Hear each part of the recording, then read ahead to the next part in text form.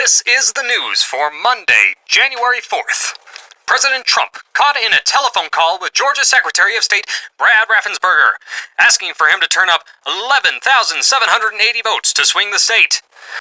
The odd one-hour call by the current commander-in-chief contained arguments given by certain groups on the right of widespread vote rigging in the 2020 election, a belief that the president himself comports with.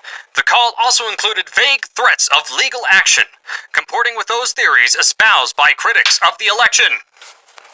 Democrats, including Representative Omar, have called once again for impeachment given the latest news, likely capping the last effort for impeachment of President Trump by the Democrat-led Congress, in a continual effort first begun in earnest just 1 month after he assumed the office in 2017.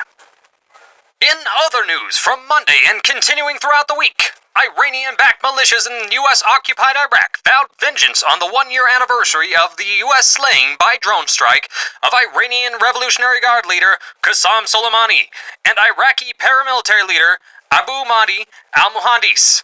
An Iraqi court issued a warrant for the arrest of Trump in relation to the death of the Iraqi leader, and leading members of the Iranian government vowed renewed vengeance in the slaying of their military leader.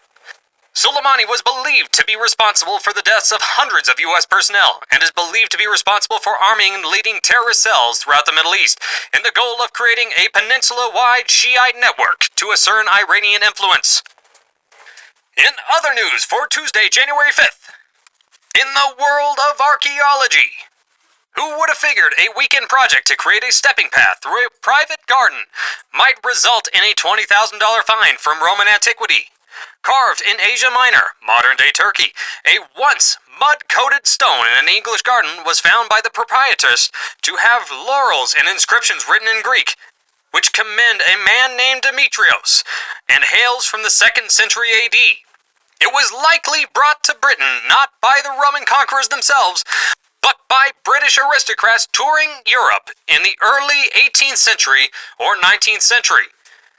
UK officials are still uncertain as to how the masterpiece of ancient empires found its way into the garden, and are currently looking for suggestions. Wednesday, January 6th.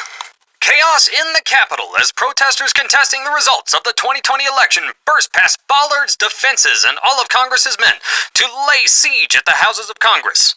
Utilizing blockades, droves of angry, wayward citizens climbed the walls leading to the Capitol doors and infiltrated the heart of the nation.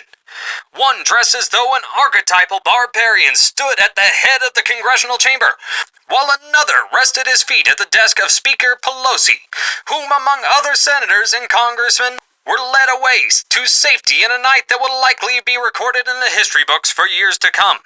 Ultimately, 4 in the Capitol lay dead, and the D.C. National Guard had to be called in to quell the violence and reassert stability ahead of a vote certifying President-elect Joe Biden. The president asked protesters to stand down and return to their homes, but noted conservative arguments of widespread election fraud, which undoubtedly was the direct cause of the congressional incursion.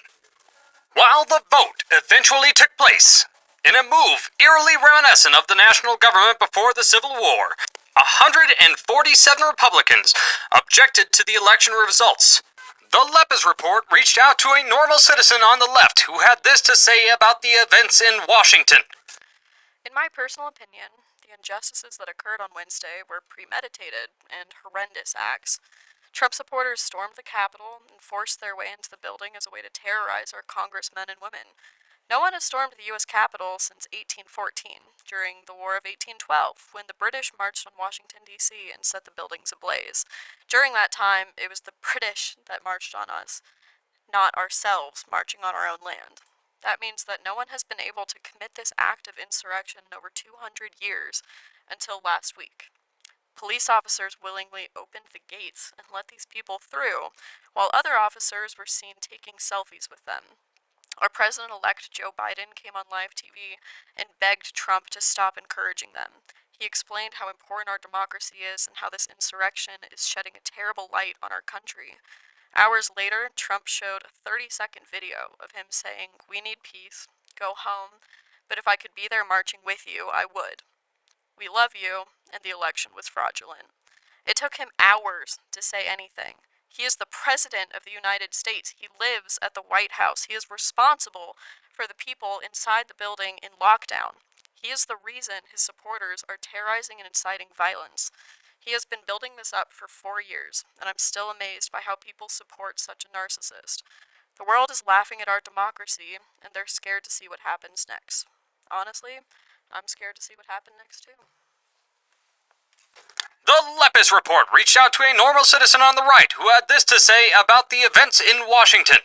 So I'd say my views on what happened last week, I think it started out as just protests, from what I've heard, and what I saw. It started out, most of the early day, started out peaceful protests, just like it did in the protests last summer.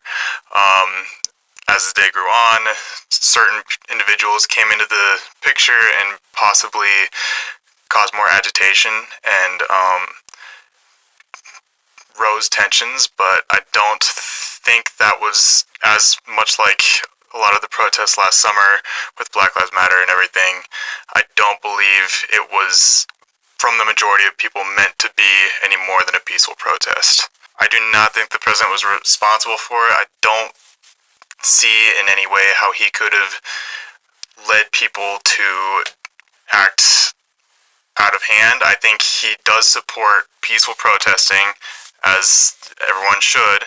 However, like I said, things did get out of hand, and I don't think President Trump ever meant for that to happen. Because certain individuals, whether they were agitators coming from the left, or whether they were just extreme people, more extreme on the right, either way, they came into the picture, they pushed and pushed, they started to raise tensions, and that got everybody going, especially a particular few.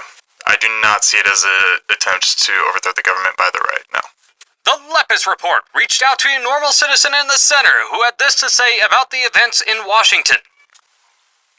Well, the way that I see the protests in Washington is that they were just that, protests. I don't see them as a coup or an act of aggression by Donald Trump. I don't think that he's the one that incited that. I think that the coronavirus pandemic and people who have been pent up for so long have just kind of gone to a tipping point, the same way that I saw that during the BLM protests. I think that, like I said, the coronavirus pandemic just allowed people to reach a tipping point, and I think that that's true on both sides. I think that people are frustrated with the government. I don't think that it's a matter of left versus right. I think that it's a matter of frustration. And I think also that the people who attack the Capitol are not trying to do it to overrule the country or throw a coup in the country or take over. I think that they're doing it solely out of frustration, the same way that the protests at the Black Lives Matter movements turned into riots. And I know that people are upset that there was no police intervention, but I think that during the Black Lives Matter movement, the police learned their lesson. I don't even necessarily want to say learn the lesson, but there's facts and evidence that the police lost funding in D.C. after the movement, and during the movement, the whole argument was that police shouldn't be as prevalent, and they weren't, and now people are mad about it, and I think that it's hypocritical on that side. But my overall view of the attacks on Washington were basically people are frustrated no matter what side you're on, and I think that they're taking that frustration out on the government, and the coronavirus pandemic just helped throw gasoline onto the fire. In other news, a find from the Holy Land. Archaeologists working day and night at the site of Jeslamine unearthed a ritual bath dating back to the time of Christ, which was used by Jewish residents to cleanse themselves when working with wine and oil. Jeslamine biblically is marked as the site where Jesus Christ was betrayed by his follower Judas Iscariot and given to Roman officials. It has since become a site of pilgrimage for Christians around the world. This piggybacks off an earlier discovery in Jordan of the dance floor where the preacher John the Baptist was condemned to death, allegedly at the hands of King Herod in exchange for a dance. In lighter news, recounting an event late last year on December 29th, 2020, the FAA sent an updated report this week that it had no recorded incidents over the sky of Oahu, even though video and witness evidence marked a quirky end to an otherwise tumultuous year, with a bright blue object being seen over the island. Witnesses remarked the colorful object hovered and traveled across the island before slipping into the waves of the Pacific. Although everything from drones to natural phenomena have been floated as a possible answer, it is entertaining to imagine travelers from another world would do a drive-by to see what, even by their standards, might be an end to an otherwise strange year. Following on Thursday, January 7th, in light of Trump's failure to actively condemn the incursion of the Capitol building, social media giants Twitter and Facebook blocked Trump's accounts for inciting violence, with Facebook stating the accounts would remain blocked indefinitely. In other news, on Friday, January 8th, Big Tech furthered its stance, with tech giants Google and Apple going so far as either ordering Parler to moderate or taking it offline. Parler operates as a conservative-heavy site and is one of the last platforms Donald Trump was able to communicate through. Parler sells itself as the world's town square and markets as a place to speak freely and express yourself openly without fear of being deplatformed for your views. Tech giants see the site as free speech being led astray, and believe the site's lack of censorship played a big part in the siege of Congress on Wednesday. Saturday, January 9th, in the news. An Indonesian Boeing 737-500 with 67 sold crashed off into the Java Sea in 70 feet of water with no signs of life. This comes from a country fraught with poor regulation of transportation assets, which over the past decade have resulted in multiple tragic naval and aviation-based incidents. Experts are hoping the retrieved black box will paint a picture as to the cause. Local aviation student Nick Wagner had this to say about the incident. This crash shows the willpower of one person. This, at an initial look, is a suicide, mass murder crash. Just purely looking at how the aircraft skyrocketed out of the sky at an insane estimated 40,000 feet per minute shows the person in the cockpit was forcing the airplane down. This is more than likely not a Boeing or 737 design issue. As for Boeing themselves, they will probably not see any major ramifications from this. They have dealt with the 737 MAX issues all year, and this one is an older version of the 737 MAX that has been working for 30 years. His plane was pushed beyond his design characteristics. Boeing is only making 4 more 747s and has no foreseeable jetliner to keep up with the fast pace of Airbus. In all likelihood, airliners will be fully automated much sooner than people expect, and Boeing will be a thing of the past if they do not change to keep up with the Airbus. For pilots in and out of the U.S., expect to be a glorified button pusher without an override. As long as pilots continue to make mistakes and force planes into hazardous attitudes, the manufacturers will write them out of the equation. This week in history. Monday the 4th, 1847, Samuel Colt sells his first revolver pistol to the United States government. Tuesday the 5th, 1836, Davy Crockett arrives in Texas to aid the Texan Revolution.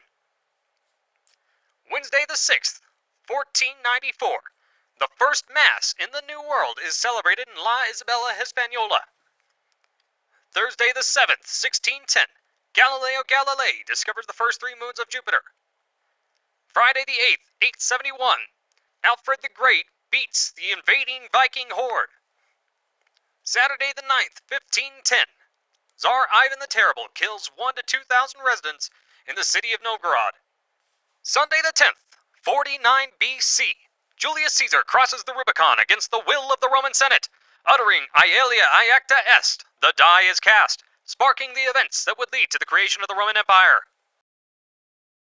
As of this reporting, on Sunday, January 10th, 2021, total coronavirus deaths are at 374,000, with California and Texas leading the cases and deaths. The national debt, $27,777,140,000. This is the debt your children will inherit. The United States has been at war in Iraq for 17 years and in Afghanistan for 20.